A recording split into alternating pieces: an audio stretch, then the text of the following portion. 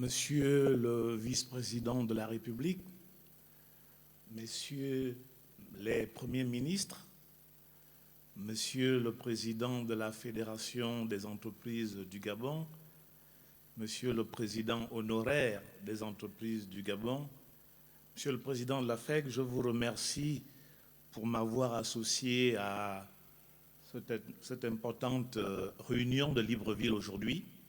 Pour la deuxième fois, j'étais déjà là l'année dernière. Et merci pour l'honneur que vous me faites de dire une leçon inaugurale.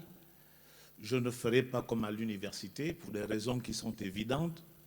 Vous nous avez invités à être pragmatiques, à aller à l'essentiel, parce que vous suggérez que nous débouchions sur des propositions pertinentes, concrètes, opérationnelles pour notre pays.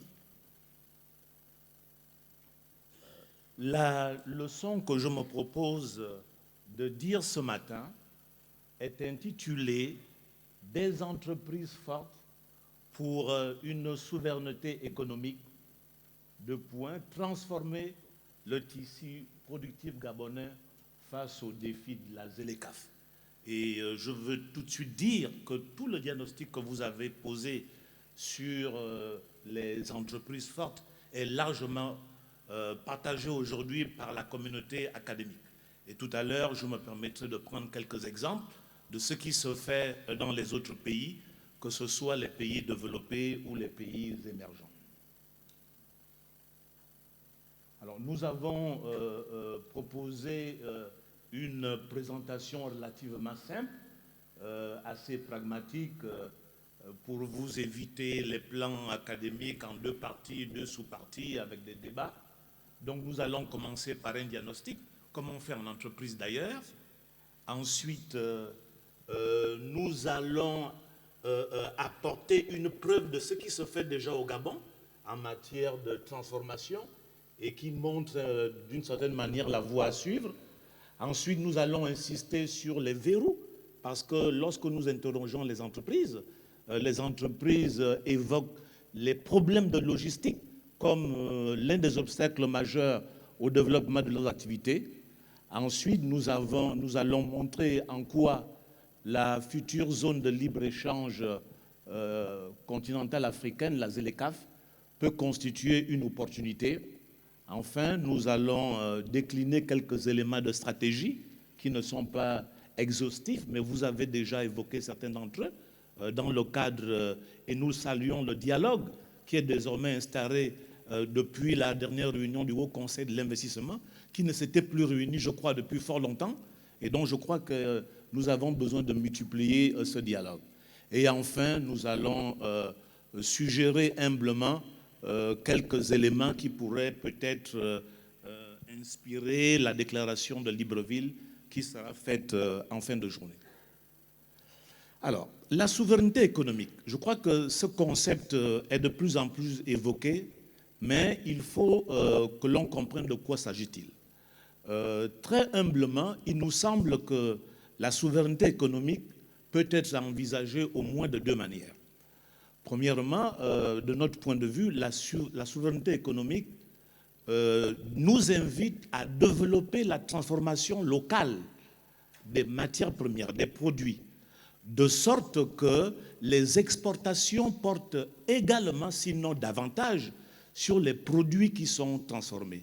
Et de ce point de vue, la future zone de libre-échange continentale invite le Gabon à développer des exportations dans les productions industrielles telles que le bois, la pêche, le numérique, vous l'avez évoqué tout à l'heure, l'agroalimentaire, qui est un grand défi pour le pays.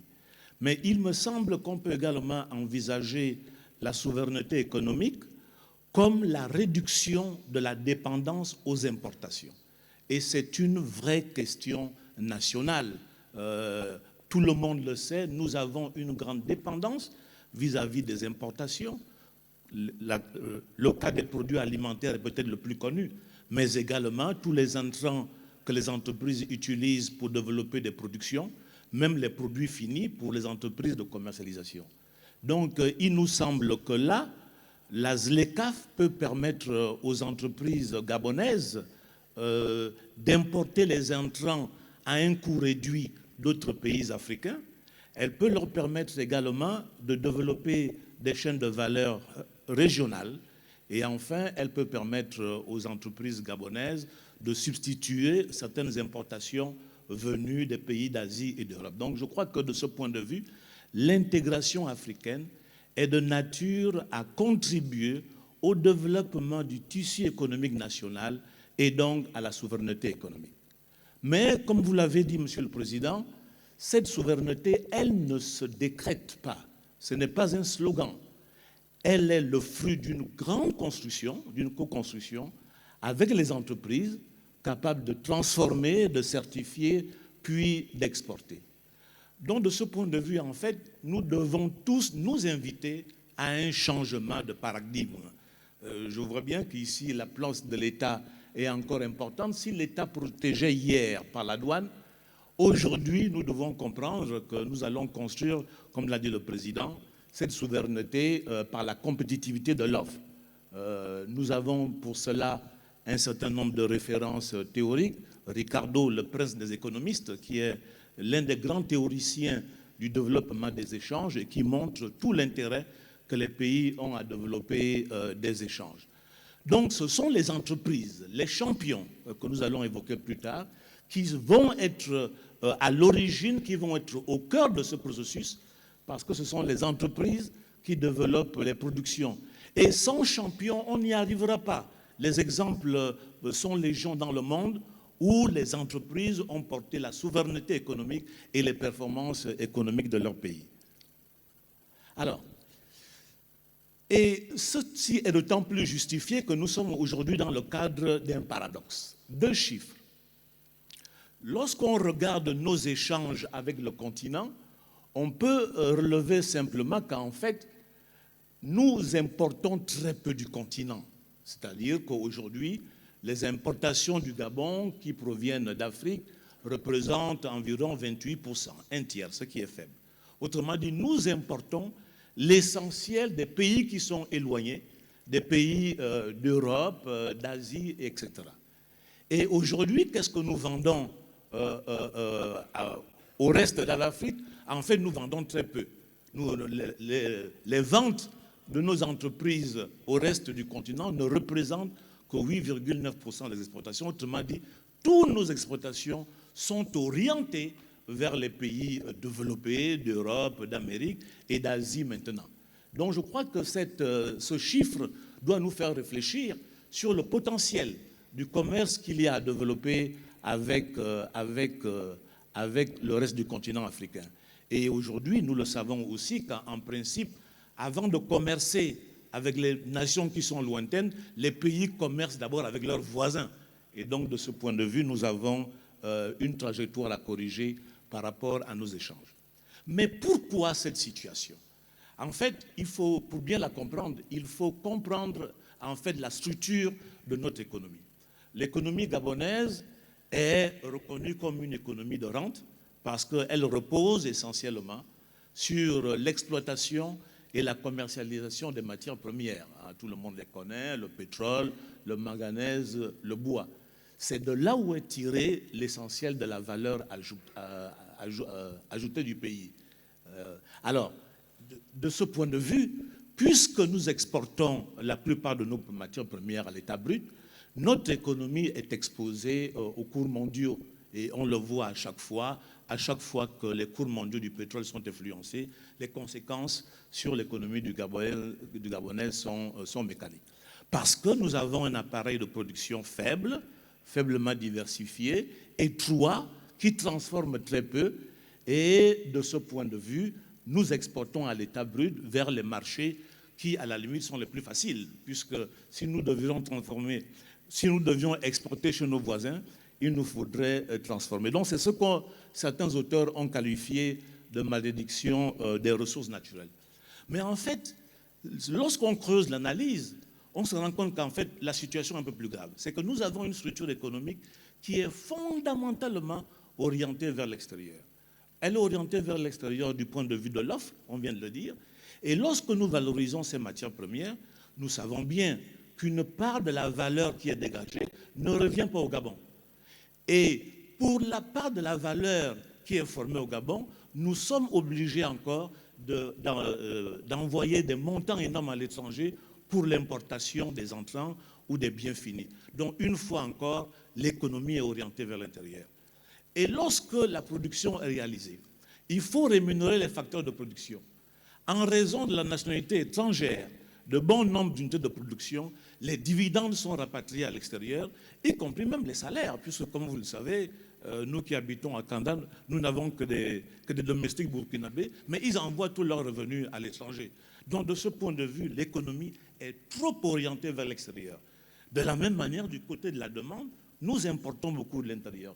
Donc, en fait, toute la réflexion stratégique autour des champions, et j'anticipe un peu déjà, doit se dire que comme l'économie est trop orientée vers l'extérieur, c'est grâce aux champions nationaux qu'elle sera davantage orientée vers l'intérieur.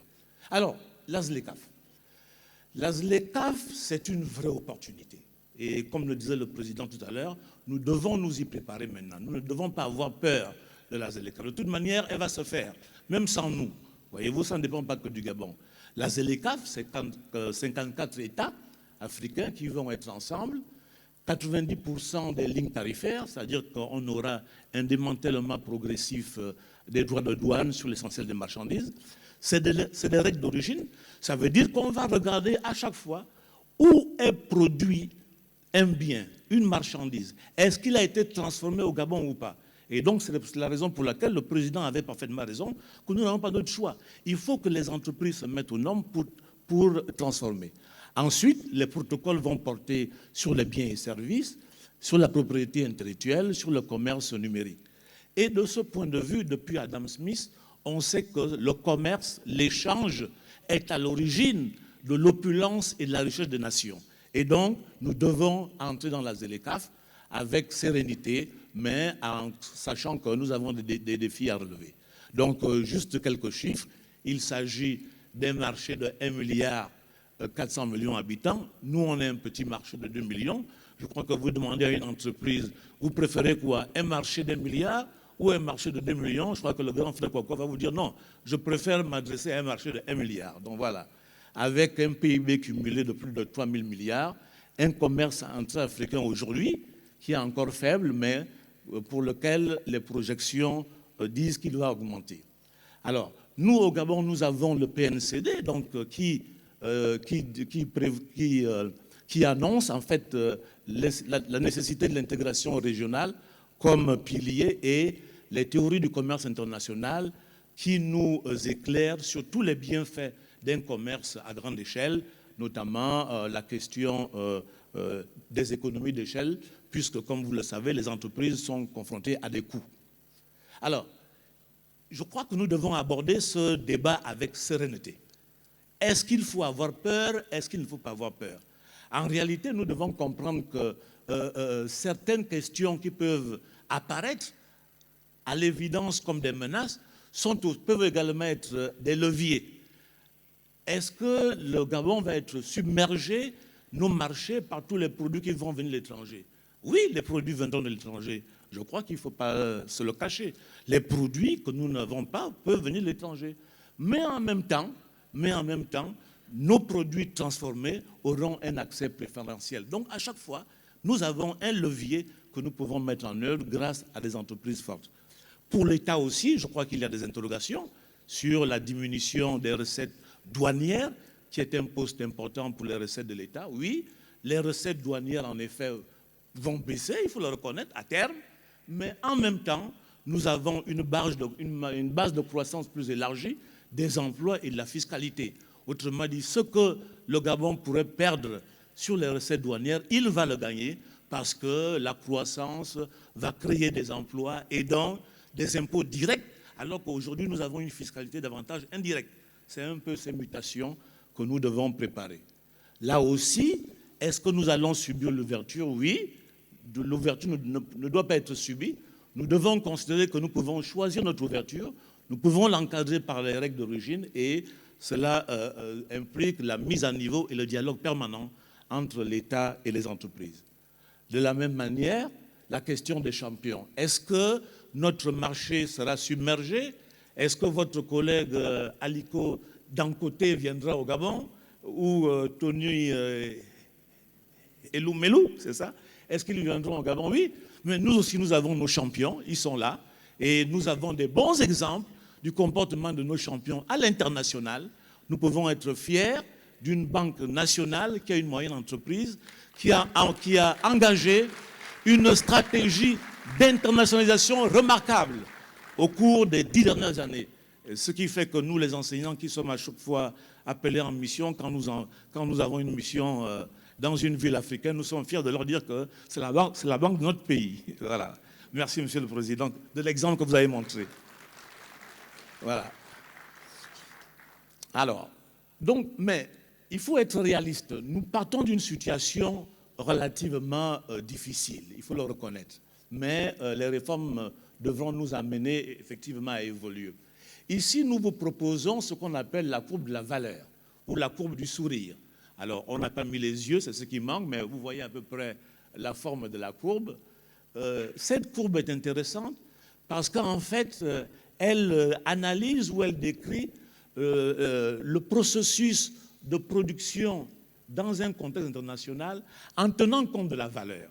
Aujourd'hui, notre pays peut être considéré comme dans le creux parce que nous produisons à l'état brut et nous exportons à l'état brut.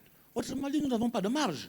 Donc notre défi à nous, ça va être d'aller vers les marques, la certification, la qualité pour effectivement créer de la valeur. Autrement dit, la transformation. C'est donc le saut que les entreprises de notre pays, la plupart d'entre elles, doivent réaliser. Alors, nous avons déjà un embryon de ce qui peut constituer ici un cadre intéressant de clusters d'entreprises qui sont concentrés dans des activités dans les mêmes filières, le cas d'Hancock. Alors, je sais que Hancock a suscité beaucoup de débats. Moi-même, j'ai été associé à la réflexion sur le plan de relance d'Hancock. Hancock n'est pas parfait. Le modèle administratif institutionnel est très discutable, j'en conviens, effectivement. Et Hancock, d'une certaine manière, reproduit aussi l'économie tournée vers l'extérieur, parce qu'on a vu qu'à la suite de la crise de la Covid, les entreprises d'Hancock, puisqu'elles exportent essentiellement vers les marchés d'Asie et d'Europe, ont été très affectées. Mais ce qui est intéressant à Hancock, c'est le process. C'est-à-dire un cluster, autrement dit une concentration d'entreprises sur un lieu donné qui joue sur des effets d'entraînement, des effets d'imitation et qui tire l'écosystème vers le haut. C'est en cela qu'Hancock est intéressant. Et je crois que tout à l'heure, lorsqu'on va évoquer la question des champions, je pense que, Monsieur le Président, il faudrait peut-être envisager d'aller vers des conglomérats avec des systèmes d'intégration verticale ou horizontale, de la sorte que nos champions actuels puissent s'intéresser à d'autres secteurs d'activité. Et je crois que pour cela, Hancock est riche d'enseignements. 144 entreprises, 16 pays représentés, 70 secteurs industriels. Aujourd'hui, les 40% des exportations hors pétrole de notre pays sont liées à la filière bois Hancock. Parce que, comme vous le savez, c'est surtout la filière bois qui a été développée à Hancock. Donc je crois que c'est un exemple. À Hancock, on fait de la transformation, je crois qu'ils sont à la 3e transformation, on fait de la certification, on fait donc de la qualité, et ça fait qu'aujourd'hui, notre pays est le leader africain pour l'exportation des contreplaqués tropicaux et le 2e mondial. Donc je crois que effectivement, et en plus, moi-même je l'ai appris il y a quelques jours, les règles d'origine de la ZLECAf valident les zones franches. Donc je crois qu'il y a peut-être un intérêt aussi à voir. Alors maintenant, est-ce qu'il faut créer d'autres zones franches? Il faut voir, mais à mon avis, le développement de ces filières peut se faire également hors zone franche. Mais encore est intéressant de ce point de vue, c'est qu'au Gabon, on peut faire de la certification, on peut faire de la qualité, on peut faire de la transformation et exporter sur le plan international. Alors voilà, donc comme je le disais, un cluster, c'est-à-dire une concentration d'entreprises dans des filières, notamment la filière bois, qui est la plus développée, avec une montée en valeur parce qu'on construit soi-même des marges en transformant, en visant certains marchés, et puis avec les effets d'entraînement. Alors, la question des champions. On va y arriver. Attendez, je crois que je suis allé un peu trop vite, après un coq. Voilà. Voilà, alors. Voilà. Voilà. Alors, avant d'aborder les champions à proprement dit, comment on va faire les champions? Le président l'a dit, je crois que l'un des grands défis, c'est la question de l'environnement des affaires. La sécurité juridique des affaires et bien sûr tout l'environnement institutionnel, notamment la question du respect de la droit de propriété, l'efficacité de l'administration. C'est un vrai défi. Les entreprises ont besoin d'un cadre prévisible. Un cadre prévisible, pourquoi?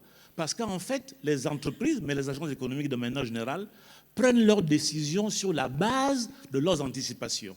Si, grâce au cadre, ils ont des anticipations optimistes, ils auront tendance à investir davantage.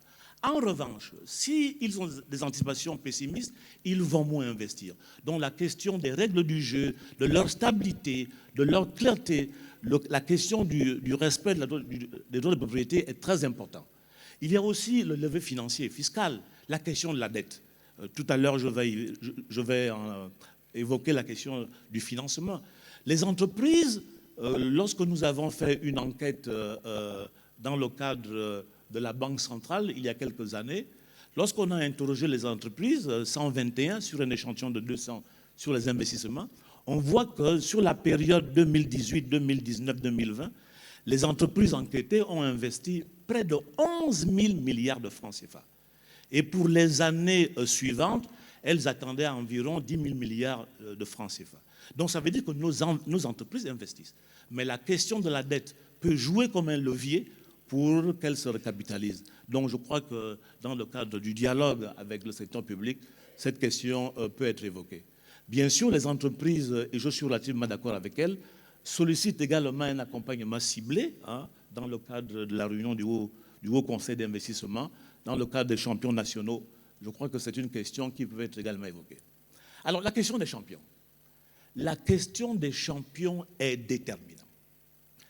Un champion, c'est une entreprise, publique ou privée, qui est leader sur le marché national ou qui a une position dominante en tant que prestataire. Et aujourd'hui, l'histoire économique montre que tous les pays qui se développent ont des champions. Vous allez aux États-Unis, Boeing, tous les grands Exxon, tous les grandes entreprises du pétrole. Vous allez en France, le CAC 40. C'est les 40 valeurs représentatives de l'économie française. Et là-dedans, vous avez les majeurs, Eramet, LVMH, Dassault, etc. La question des champions est déterminante. Pas de champions, pas de développement économique. En Afrique, il y a des pays qui ont réussi cela très récemment. Il y a le cas du Nigeria, qui est dirigé par un général, voyez-vous, à l'époque. C'était le général Obasanjo.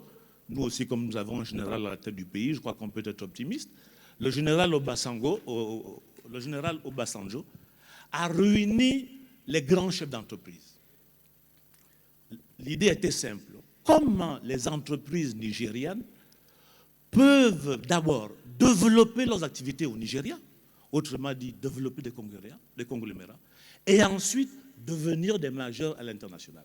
Et ce sont les grandes entreprises nigérianes qui reçoivent leurs homologues. Lorsqu'il y a un investisseur étranger au Nigeria, c'est d'un côté, s'il est dans le ciment, s'il est dans le pétrole, s'il est dans les engrais, dans l'agroalimentaire, c'est d'un côté qu'il le reçoit par le ministre.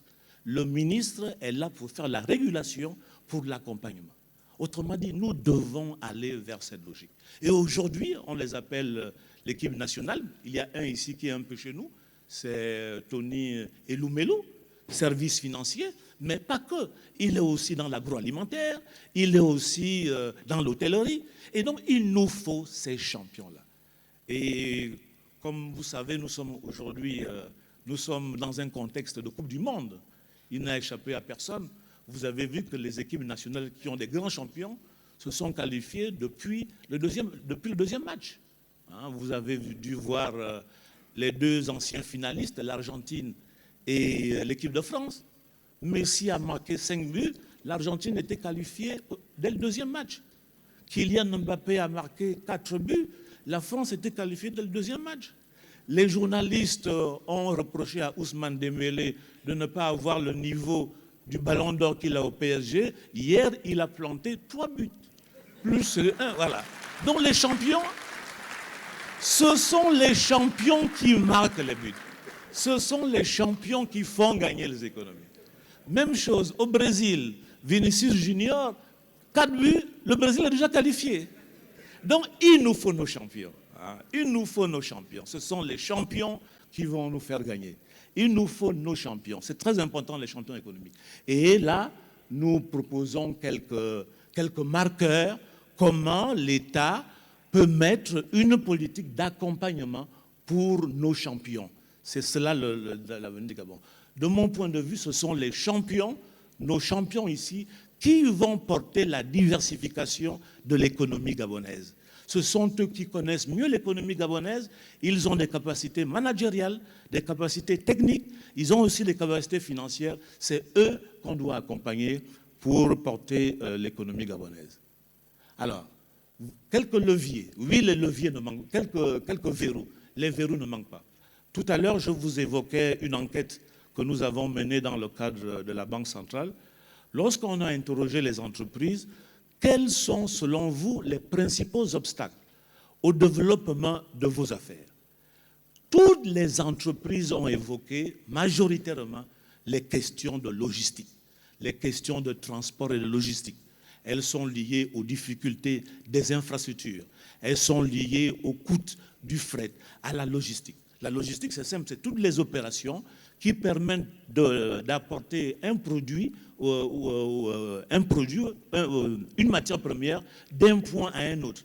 Comment une entreprise va faire que sa marchandise qui est à Moulengue-Bilenza, qui est produite, qui est disponible, soit à Libreville dans les délais. C'est ça le grand défi du Gabon.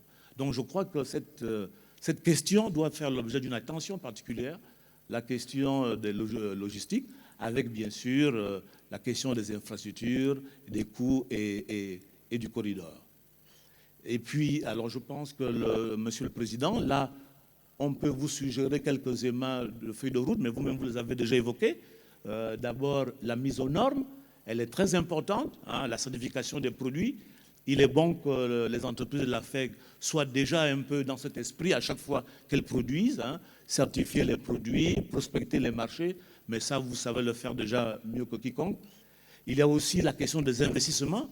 Vous avez des capacités d'investissement, il ne faut pas avoir peur de prendre des risques grâce à l'accompagnement de l'État.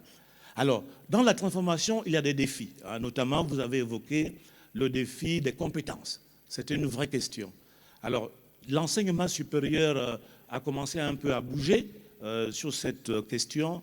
Nos collègues de l'USTM et le président Batolo le savent mieux que moi, ont mis en place des formations courtes en relation avec l'écosystème des entreprises. Il y a le centre universitaire de Koulamoutou, qui est sur les questions techniques, et donc là, il y a aussi des compétences. Il y a à l'université Omar Bongo, nous avons créé une faculté des sciences appliquées, dont les choses bougent un peu. Mais je pense qu'on peut également s'inspirer un peu des modèles. Il y a 2 grands modèles. Le modèle chinois, c'est les académies d'entreprise. Bon, est-ce que c'est envisageable ici? Je ne sais pas. C'est-à-dire que l'entreprise a son université, pour tout ce qui est programme innovant à l'interne, mais ça doit coûter cher, et puis pour les jeunes talents. Mais il y a un modèle que j'ai vu récemment au Maroc, c'est les cités des métiers et des compétences. Ça me semble relativement correspondre à notre contexte. C'est-à-dire que dans une région, on crée des formations professionnalisantes en relation avec l'écosystème. Et l'apprentissage se fait en situation. C'est-à-dire que si vous faites du management, vous devez avoir à l'école une entreprise virtuelle, etc. etc. Donc je crois qu'il y a beaucoup de choses à faire, mais ce n'est pas impossible. Et je pense que vous avez tout à fait la capacité, certains le font déjà, d'être des champions dans le cadre de l'intégration sous-régionale, d'être présent sur les marchés de la CEMAC. Certains d'entre vous y sont déjà, et plus tard sur le marché de la CAC et sur le marché continental, de sorte que la souveraineté devienne une réalité.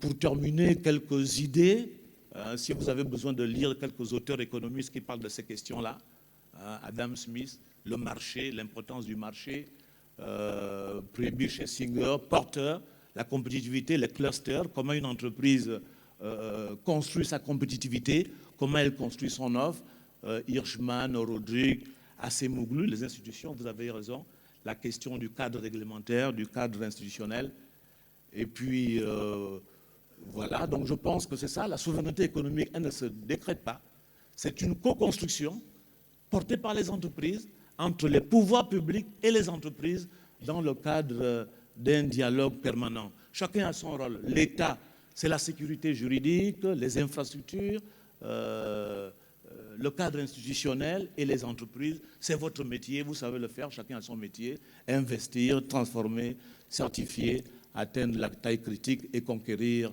les marchés. Donc voilà, je pense que je vais m'arrêter là. En reprenant les engagements qui peuvent être pris de votre part, transformés, certifiés et exportés. Je vous remercie pour votre aimable et patiente attention.